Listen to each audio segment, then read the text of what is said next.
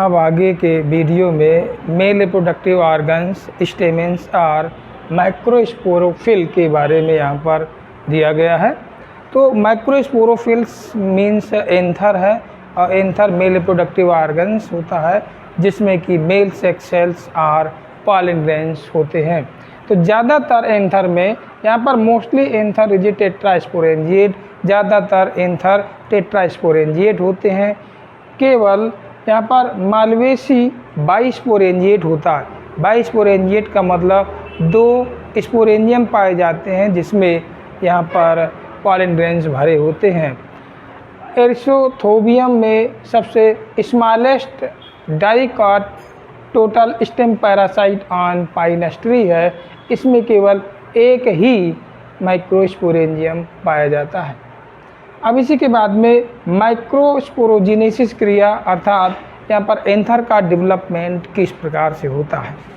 तो सबसे पहले यहाँ पर फ्लावर को लिया जाएगा। फ्लावर के अंदर जो इसको खोल दिया जाएगा फ्लावर को।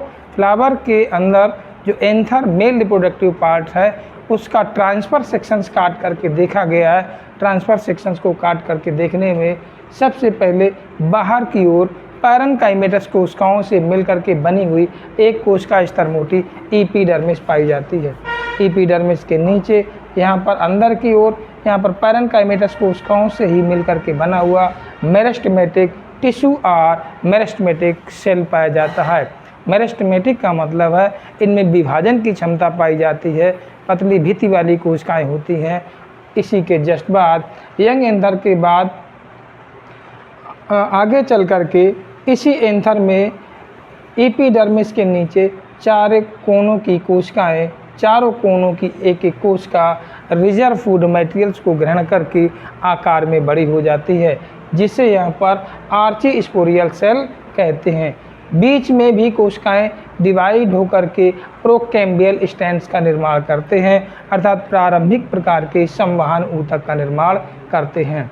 अब चारों कोनों पर उपस्थित आर्चीस्पोरियल सेल्स में एक पेरिक्लाइनल डिवीजन हो जाता है। इस टाइप से पेरिक्लाइनल डिवीजन होगा जिसके कारण से ऊपर की ओर अर्थात एपिडर्मिस के साइड में बनी कोशिका को प्राइमरी पैराइटल सेल्स कहते हैं, नीचे की कोशिका को प्राइमरी स्पोरोजीनस सेल कहते हैं। तो चारों कोनों पर एक एक प्राइमरी पैराइटल सेल्स हो गई।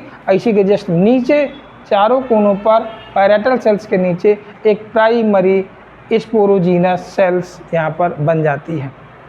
अब प्राइमरी पैराइटल सेल्स में कई समसूत्रीय विभाजन होते हैं। समसूत्रीय विभाजन होने से लगभग 3 से 5 यहाँ पर सेल्ड बन जाती हैं जिसमें से एपिडर्मिस के नीचे की उपस्थित एक कोशिका हमारी जो होती है वो लगातार विभाजित होती रहती है। तो देखिए यहाँ पर 1 2 3 और सबसे नीचे की जो कोशिका है ये प्राइमरी स्पोरोजीनस सेल्स है। यहाँ पर जो बताई गई थी ये प्राइमरी स्पोरोजीनस सेल्स है। ये प्राइमरी स्पोरोजीनस सेल्स ऐसे ही बनी रहती है, अभी इसमें कोई यहाँ पर परिवर्तन नहीं होता है।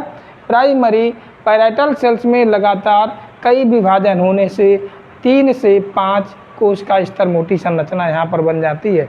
एपिडर्मिस के नीचे की उपस्थित कोशिका इंडोथीसियम का निर्माण करती है। यहाँ पर देखना है कि ये कोशिका जो है लगातार ये डिवाइड हो जाती है। डिवाइड होकर के ये एपिडर्मिस है अर्थात यहाँ पर ये एपिडर्मिस है, ये एपिडर्मिस बना हुआ है।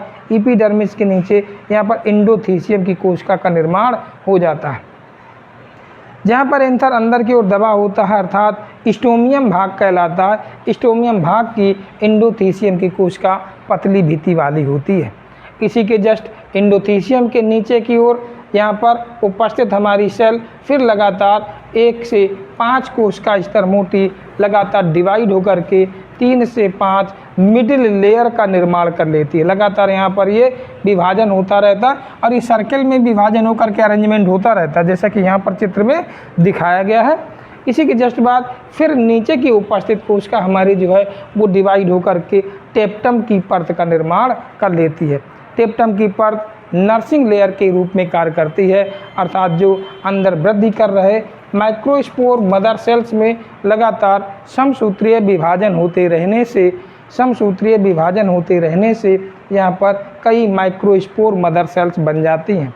अब माइक्रोस्पोर मदर सेल्स में लगातार अर्धसूत्री विभाजन होते रहने से माइक्रोस्पोर और पॉलन ग्रेन्स का निर्माण होता है। यहाँ पर जो टेप्टम की लेयर हमारी है वो टेप्टम की लेयर दो प्रकार से होते हैं। अब देखते हैं यहाँ पर एक टेप्टम की लेयर, ये सिक्रेटरी टेप्टम और इसी को ग्लैंडुलर टेप्टम कहते हैं। इस ग्लैंडुलर टेप्टम में क्या है, इसमें प्रोटीन्स की कुछ संरचनाएं, प्रोटीन्स बॉडीज यहाँ पर व्यवस्थित हो जाते हैं जिनको यूवेस्को बॉडी कहते हैं। दूसरा टेप्टम जो हमारा है वो एमीबाइड टेप्टम कहलाता है। एमीबाइड टेप्टम जो है इसकी कोशिकाएँ मल्टीन्यूक्लिएट होती हैं। ट्रेडिस्केंसिया एंड टाइफा एंड हेलियंथस एनस में यहाँ पर ये एमीबाइड टेप्टम पाया जाता है। टेप्टम की कोशिकाएं पोषण देने वाली होती, नर्सिंग लेयर होती हैं। इसी के बाद में जब एंथर हमारा यहाँ पर मेच्योर कंडीशंस पे आ जाता है तो स्टोमियम भाग में एपिडर्मिस के नीचे उपस्थित एंडोथीसियम की कोशिकाओं से जल वाष्प के रूप में निकल जाता है। वाष्प के रूप में निकल जाने के कारण एंडोथीसियम की कोशिकाएं सिकुड़ जाती हैं। एंडोथीसियम की कोशिकाओं के सिकुड़ने पर एपिडर्मिस अंदर की ओर खिंच जाती है जिससे स्टोमियम भाग से यहाँ पर एंथर फट जाता है और माइक्रोस्पोरेंजियम भाग में उपस्थित माइक्रोस्पोर और पॉलन ग्रेन्स हवा में डिस्पर्सल हो जाते हैं। तो माइक्रोस्पोर मदर सेल्स में दो प्रकार का विभाजन होता है। माइक्रोस्पोर मदर सेल्स में एक स्मॉल्टेनियस टाइप जो कि डाइकॉट का निर्माण करती है। डाइकॉट प्लांट में स्मॉल्टेनियस टाइप सेल डिवीजन होता है जिसमें एक साथ चारों न्यूक्लियस के बन जाने के बाद सेल वॉल बनती है, जबकि मोनोकाटिलिडन्स में सक्सेसिव टाइप सेल डिवीजन होता है, अर्थात इसमें प्रत्येक विभाजन के बाद में सेल वॉल बनती है और फिर दूसरे विभाजन में भी सेल वॉल बनती है। इस प्रकार से एक माइक्रोस्पोर मदर सेल से 4 पॉलन ग्रेन्स का निर्माण होता है जो फ्लावर की फीमेल पार्ट की स्टिग्मा पर पहुंचकर पॉलिनेशन क्रिया के संचालन में भाग लेता है। ठीक है, आज की वीडियो में इतना ही। इसके बाद अगला टॉपिक अगली वीडियो में बताया जाएगा।